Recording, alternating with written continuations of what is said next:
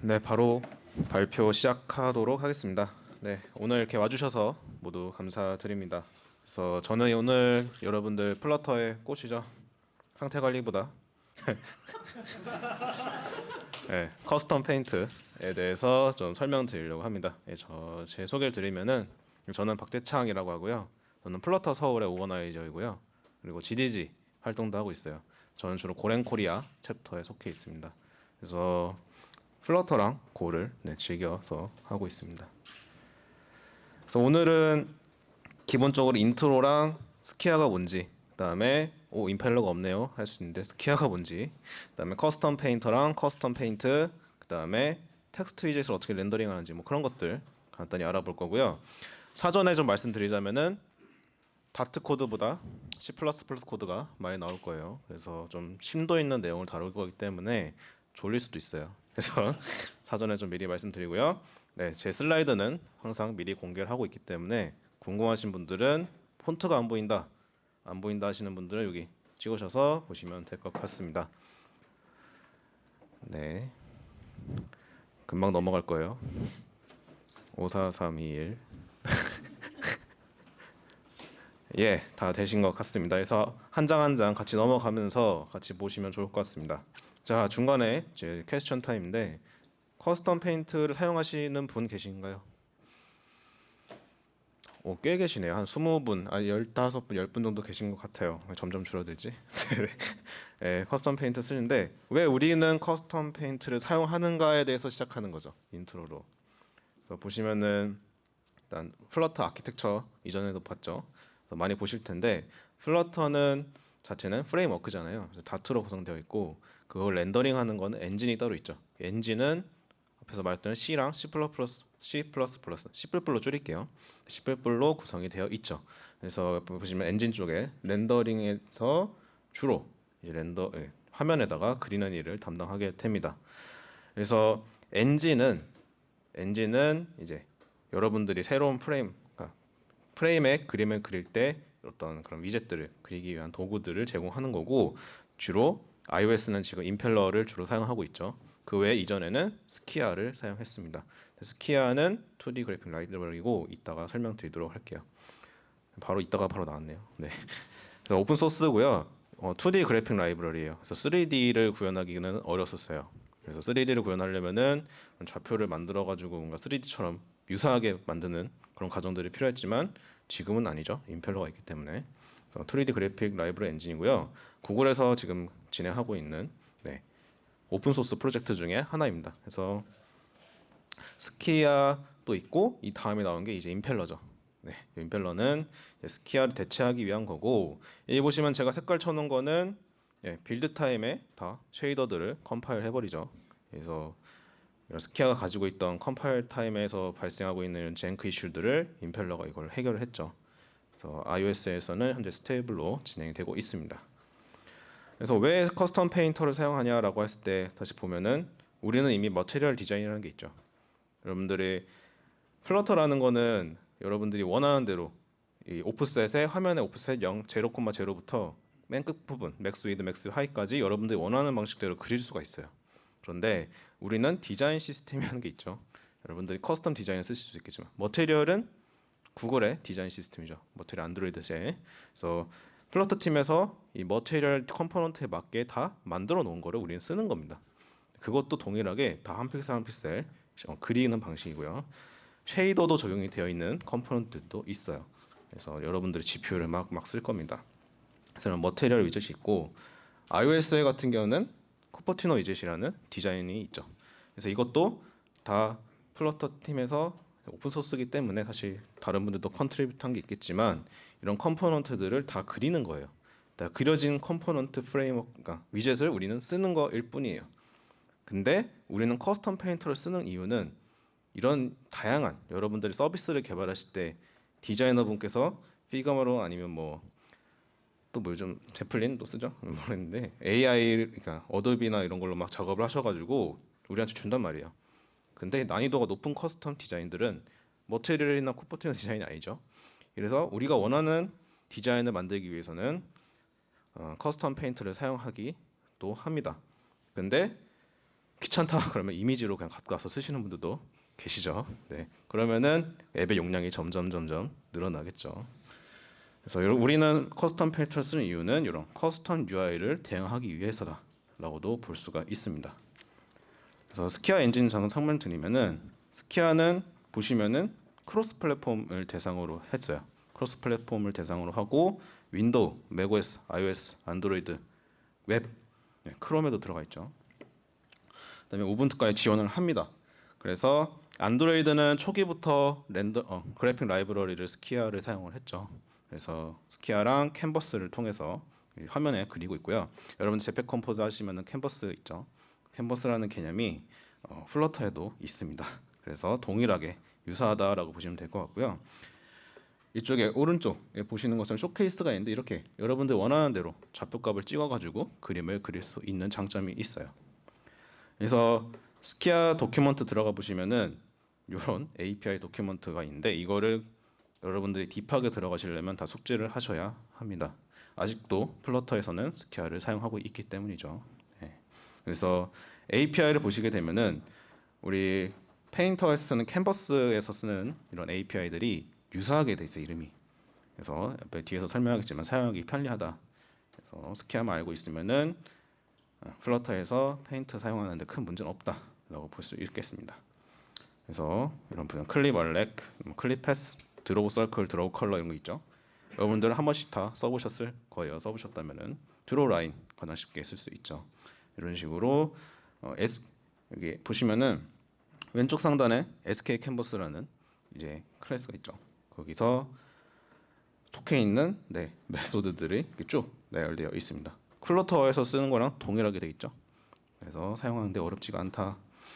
그래서 선을 그려볼 건데 캔버스 이거 스키아를 사용하시려면은 C++나 C에 대한 언어가 어느 정도 숙지가 되어 있으셔야 합니다. 그래서 선을 그리는 과정인데 보시는 것처럼 스키아라고 할게요. 스키아 캔버스라는 거를 포인터로 봤죠. 캔버스가 쭉쭉쭉 쓰이는데 여기서 드로우 라인이라는 걸 쓰게 되면은 이렇게 선이 그려지게 돼요. 왜 이렇게 좌표 값들이 있나요?라고 하면은 여러분들 수학 시간에 배우죠. 기본적으로 기초 수학으로 선을 그리는데 필요한 요소는 뭐죠? x1, y1, x2, y2 점이 두 개가 있으면 선이 만들어지죠.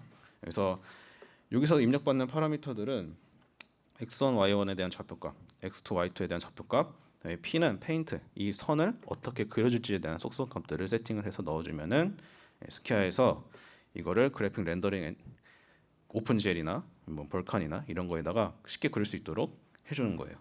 얘가 그리는 거라기보다는 백엔드로 있어요. 이따가 설명드리도록 할게요. 그러니까 쉽게 여러분들이 그림을 그릴 수 있게 도와주는 도구다, 라이브러리다라고 보시면 될 것 같아요.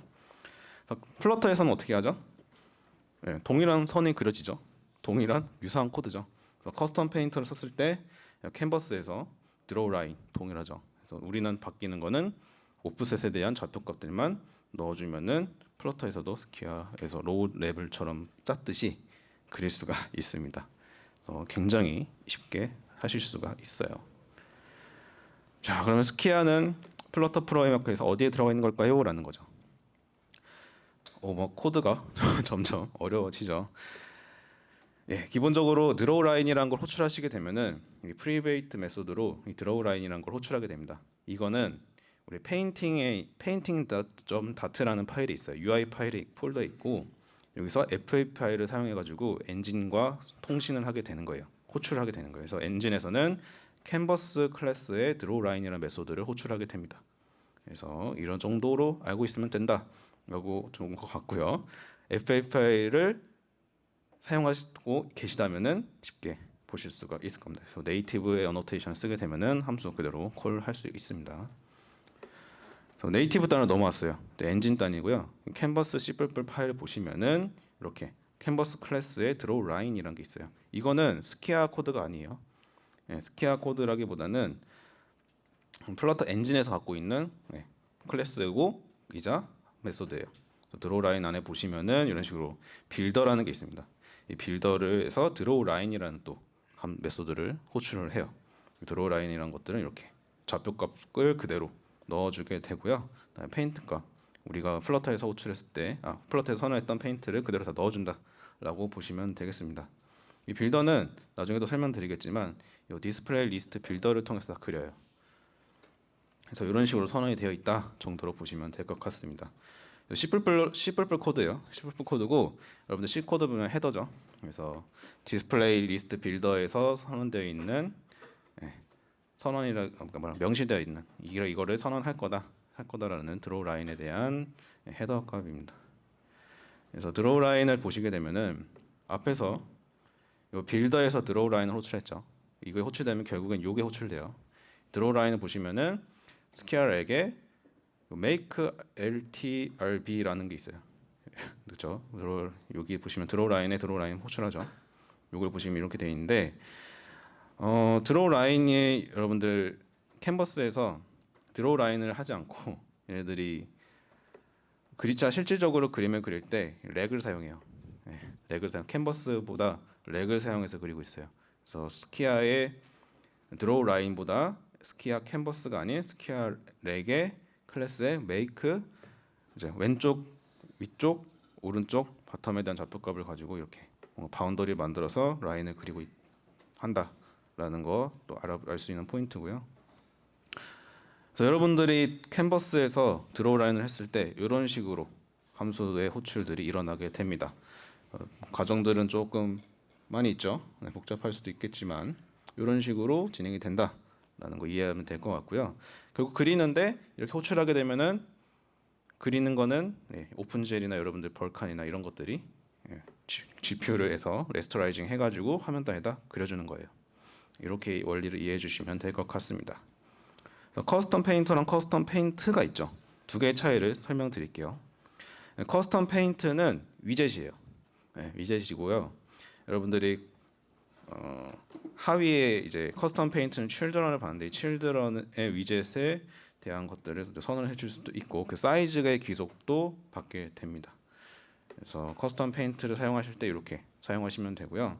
페인터가 있어야 돼요. 페인터가 있어야지 여러분들 화면에 그릴 수가 있고 사이즈도 속성을 설정할 수가 있어요. 그래서 사이즈 설정하게 되면은 그 사이즈에 맞게 이제 그림을 그릴 수가 있다라고 보시면 될 것 같고요. 저는 페인터에 이제 얼스라는 이런 커스텀 페인터의 클래스를 사용했죠. 커스텀 페인트는 이렇게 슈퍼로 디스에 페인터라는 걸 꼭 받게 돼 있습니다. 리퀘어먼트는 아니지만 그래도 넣어야지 그림이 그려지죠. 그래서 이게 좀 더 들어가게 되면은 우리 앞에서 세 가지 트리가 있다 그랬죠. 플러터에 맨 마지막에 뭐였죠? 네, 그렇죠. 그래서 여기서 크리에이트 렌더 오브젝트 쪽에서 그린다라고 보시면 돼요. 이걸 호출하게 되면 렌더 트리에 그게 생겨요. 그래서 렌더 커스텀 페인트를 리턴하게 되는데 여러분들이 그릴 것들이 요 크리에이트 렌더 오브젝트를 통해서 그려진다라고 보시면 될 것 같습니다. 그래서 렌더 커스텀 페인트라는 클래스를 사용해서 실질적으로 커스텀 페인터는 그리게 돼요. 자, 그래서 얼스라는 걸 보면 커스텀 페인터를 설명드릴 건데 커스텀 페인터 자체는 확장 받아서 쓰죠. 앱스트랙이고 그래서 얼스라는 걸 방금 이렇게 선언해서 넣었는데 기본적으로 보일러 포인트 두 개 생기죠. 페인트랑 should repaint 두 개를 다 오버라이드해서 쓰고 있죠. 그래서 페인트가 직접적으로 여러분들이 캔버스를 그리는 부분이고요. should repaint 같은 경우는 이걸 뭐 다시 업데이트해서 그릴 건지 안 그릴 건지 뭐 그런 퍼포먼스적인 부분이 있기 때문에 true라든 false라든 여러분들 조건문에 따라서 분기하실 수가 있습니다. 그래서 뒤에 설명이 있지만 앞에서 방금 설명드린 내용이고요. 다시 리뷰해드리면은 페인트에서 그린다라고 보시면 될 것 같습니다. 그래서 중간에 이런 부분도 있어요. 커스텀 페인트, 커스텀 페인터, 커스텀 클리퍼 쓰시다 보면 있죠. 커스텀 클리퍼 자체는 좀 더 달라요. 좀 다른 거고 보시는 것처럼 커스텀 클리퍼는 요 패스라는 걸 받게 돼요. 패스라는 타입을 받게 돼서 여러분들의 쉐입을 깎아낸다라고 보시면 돼요. 그래서 한 가지로 좀 예시를 드리자면은 페인터와 클리퍼는 이렇게 볼 수 있어요. 페인터는 여러분들이 도화지에다 그리는 거고요. 클리퍼는 쉐입을 깎아내는 거예요. 그래서 패스를 통해서 선언을 해주면은 만약에 여러분들 컨테이너에 사각형의 컨테이너에 있고 패스를 이렇게 지정해 준다. 그러면은 그 패스대로 깎아내는 게 클리퍼고요. 페인터는 그러니까 여러분들 원하는 대로 그릴 수 있는 게 페인터라고 보시면 될 것 같습니다. 혼동이 많이 있으시는 것 같아서 한번 넘어봤고요. 자, 이제 텍스트를 렌더링하는 걸, 이 플러터가 어떻게 텍스트를 디스플레이 띄우는가에 대한 과정을 한번 설명드리도록 할게요. 한 10분 정도인데 좀 빠르게 설명드리도록 할게요. 여러분들 C++ 코드들은 가능한 빠르게 넘어가도록 하겠습니다. 그래서 알아보는 거는 플러터가 텍스트 위젯을 렌더링하는 거고 여러 가지가 있죠. 스테인리스 위젯이고 텍스트 위젯은 스테인리스 위젯이고 이뮤터블하고 리치 텍스트 사용하고 렌더 프라그램 사용하고 텍스트 페인터를 사용합니다가 요약이에요 사실. 네, 근데 엔진 이건 플러터 단이고요. 엔진 단은 더 뒤에 있습니다. 그래서 이렇게 사용한다라고 알아보시면 될 것 같고요. 자, 시작해 봅시다. 자, 우리가 위젯을 사용할 때 텍스트 위젯을 사용하죠. 이런 식으로. 자, 이게 그러면은 이걸 딱 선언했을 때 우리는 어떻게 화면에 그려지는가를 보는 거죠. 자, 들어가 볼게요. 자, 텍스트에서 이제 텍스트 위젯 자체는 스테인리스 위젯이죠. 그래서 임뮤터블하고 이거는 결국적으로 텍스트는 리치 텍스트라는 걸 또 위젯을 사용해요. 리치 텍스트 위젯을 사용하고 있고 거기에다 여러 가지 파라미터들을 다 여기다 넣어주게 됩니다. 그래서 리치 텍스트라는 거는 멀티 칠드 렌더 오브젝트 위젯을 상속받는 하나의 위젯이에요. 위젯이고 여기서 앞에서 뭐였죠? 세 가지 렌더에서 렌더 오브젝트 트리에서 렌더링을 담당한다고 했죠. 그래서 리치 텍스트에서 텍스트는 렌더 파라그래프라는 페인터라는 뭔가 클래스를 리턴을 합니다. 그래서 우리가 받는 텍스트 값을 여기다 넣어주면 되고요. 거기에다 이제 여러 가지 속성 값들을 렌더 파라그래프에다가 넣어주게 됩니다. 그러면은 이제 텍스트가 생성이 되는 거죠. 자, 좀 더 들어가 볼 거예요. 렌더 파라그래프는 텍스트 페인터라는 걸 사용하는데 얘는 방법적으로 커스텀 페인터 이런 걸 상속받는 게 아니고 얘 독자적인 그냥 페인터라 보시면 돼요.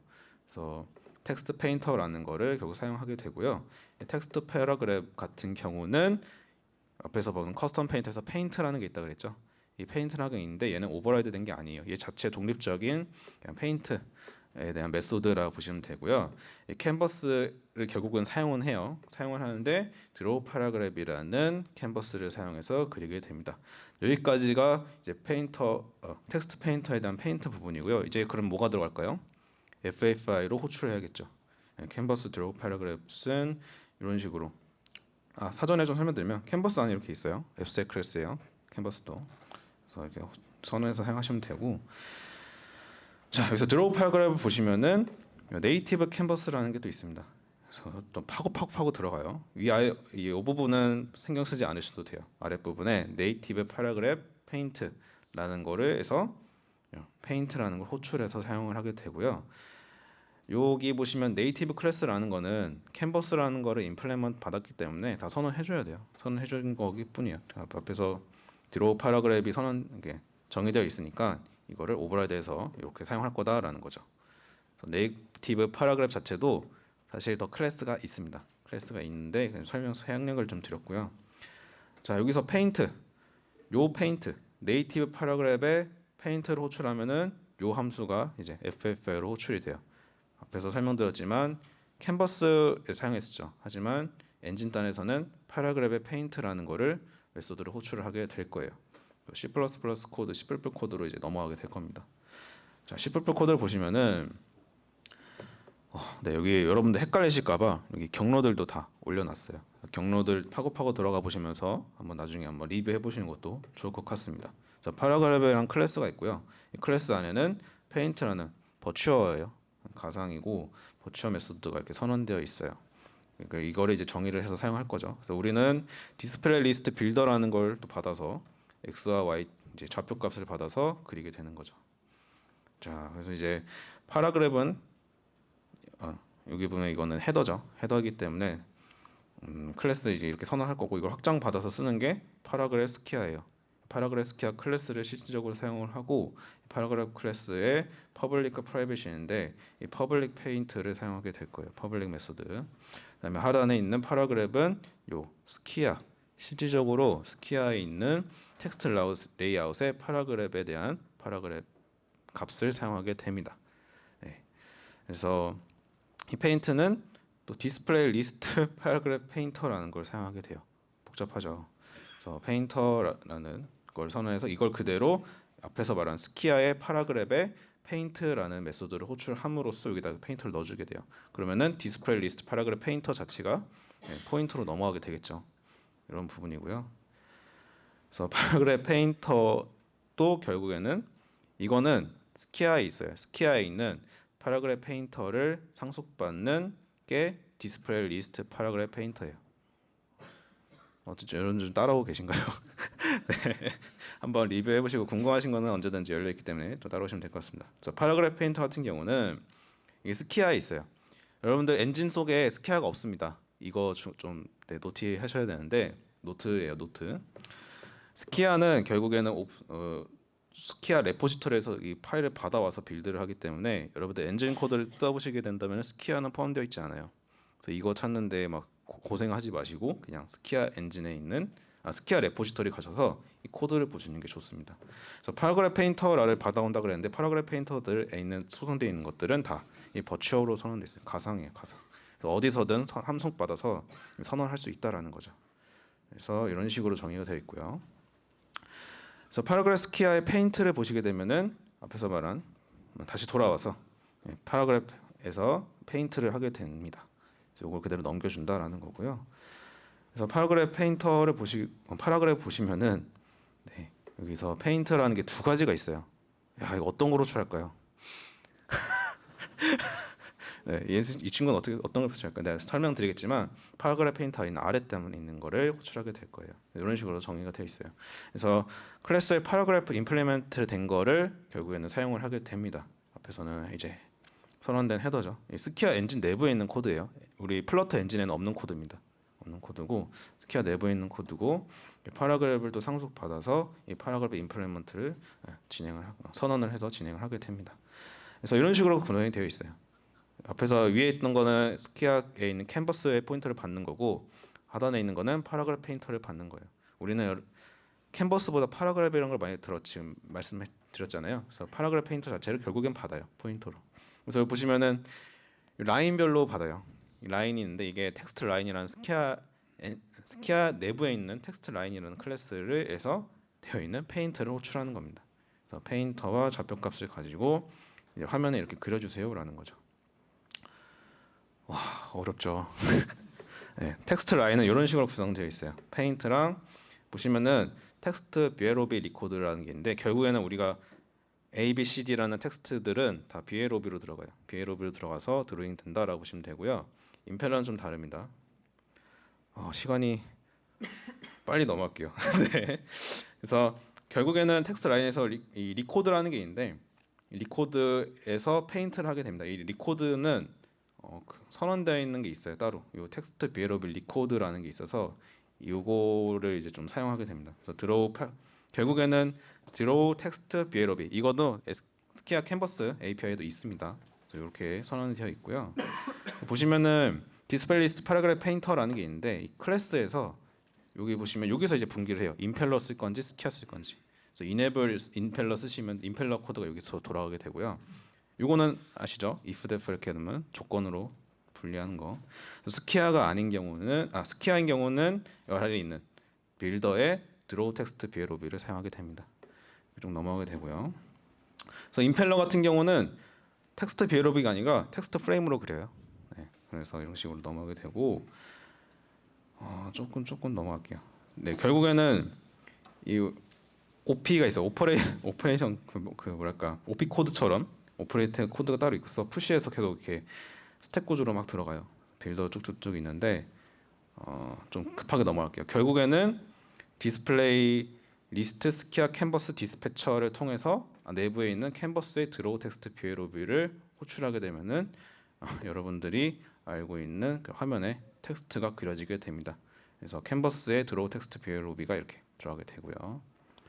네, 요약이에요. 네, 이런 식으로 그려지게 돼요. 스키아에서 캔버스 드로우 텍스트 비에로비를 하게 되면은 여러분들 백엔드 그래픽 백엔드죠. 백엔드라고 하면은 여러분들 벌칸이나 엔젤이나 오픈젤이나 메탈이나 이런 것들을 해서 쓸 수 있도록 뿌려주는 거고요. 얘네들은 이제 GPU랑 통신하면서 GPU를 소모하면서 코스트를 쓰면서 이제 디스플레이에다 그려주게 되는 거죠.